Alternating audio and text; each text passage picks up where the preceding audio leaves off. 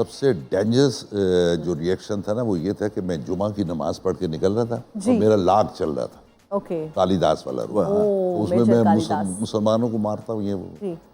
तो मैं अब बड़े मूड में, आप जुमा पढ़ के थोड़ी भागना शुरू कर देते। आप निकल के आराम से जा रहा था तो मुझे एक आवाज आई, फड़ो आई है।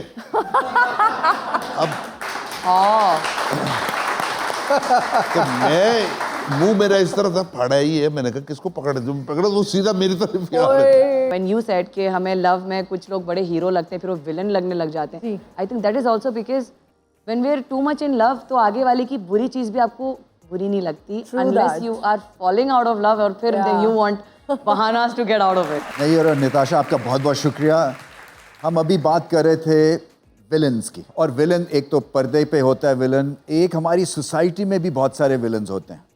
कई शोबों में बहुत ही बड़े विलन्स हैं। धूल मट्टी बहुत बड़ा विलन है हमारा फॉर एग्जांपल, या आपने तो गवर्नमेंट के दफ्तर में काम भी किया है, तो गवर्नमेंट ऑफिसेज भी कई दफ़ा जो है वो विलन का किरदार अदा करते हैं। बहुत से ऑफिसेज में, बल्कि अक्सर ऑफिसेज में विलन ज़्यादा होते हैं। हाँ, वही मैं कह रहा हूँ। तो आपकी क्या टेक है जी, इसको विलन जो है जो हमारी ज़िंदगियों में आए हुए हैं, इसका क्या इलाज है आपके पास? मेरे पास इलाज एक है कि बस सबको फायर कर दिया जाए ताकि विलन खत्म हो जाए। वो रैपिड फायर हम आपसे खेलेंगे वो बाद में, मगर लेकिन रमीज जी मसला ये है, विलन की जो नेगेटिविटीज़ है वो इतनी सर चढ़ जाती है कि उससे फिर इंस्पायर होना पड़ जाता है।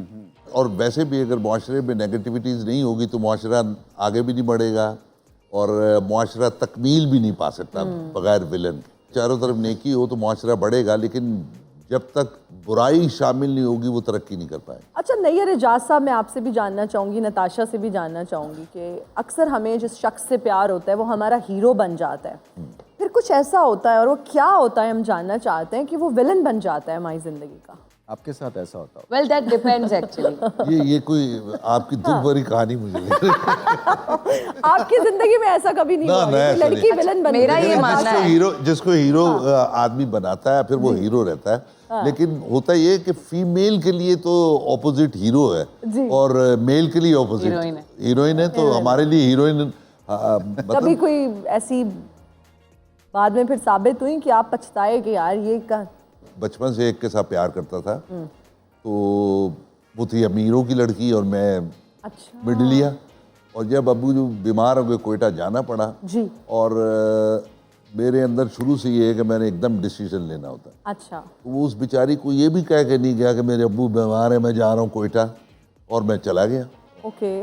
और जब मैं कोई 16-17 साल के बाद आया जी, और वो एक हसीन सी लड़की जिसको देखने के लिए मैं हर वक्त वहाँ खड़ा रहता था अपनी गली के अंदर जी, वो एक माँ के रूप में और अजीब सी हालत में जब मेरे सामने रियलिटी चेक। मेरे ख्याल वो जो किशोर कुमार का गाना उसके बाद ही आया जो है ना, रूप तेरा मस्ताना।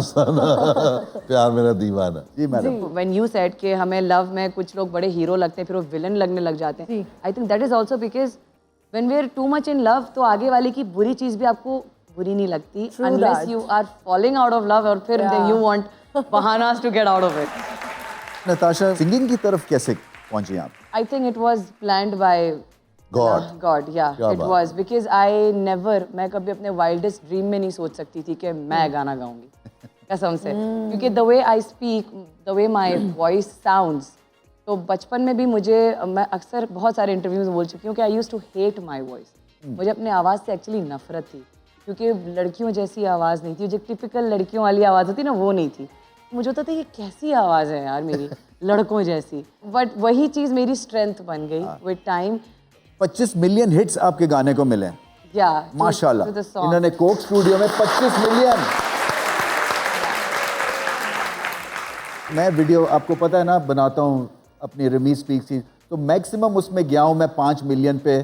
तो मैं उस दिन पकड़ा नहीं गया था घर में, मुझे ऐसे लगा था कि पता नहीं मैंने क्या चीज़ मार ली है। तो ये 25 मिलियन पे जो है ना आप तो लेजेंड हैं, कम ऑन। नहीं मैं सीरियसली कह रहा हूँ, ये बहुत बड़ी एक अल्हम्दुलिल्लाह, I am grateful to God क्योंकि मैंने ये चीज़ एक्सपेक्ट नहीं की थी। It has become my basic identity and I think I will die with it. Nayyar Ejaz Sahab ने इतने नेगेटिव कैरेक्टर्स प्ले किए हैं, उसका आपकी रियल लाइफ पर भी इम्पैक्ट आया और हम नीचे भी बात करते हैं, अभी भी मैं जानना चाहूँगी। सबसे डेंजरस जो रिएक्शन था ना वो ये था कि मैं जुमा की नमाज पढ़ के निकल रहा था और मेरा लाग चल रहा था, ओके, कालिदास वाला रूप। तो उसमें मेजर मैं कालिदास। मुसलमानों को मारता हूँ ये वो। जी, तो मैं अब बड़े मूड में, आप जुमा पढ़ के थोड़ी भागना शुरू कर देते, आप निकल के आराम से जा रहा था तो मुझे एक आवाज आई, फड़ो है ही है। अब तो मैं, मुंह मेरा इस तरह था, फड़ा ही है, मैंने कहा किसको पकड़े, तुम पकड़ो, वो सीधा मेरी तरफ ही आ रहा था।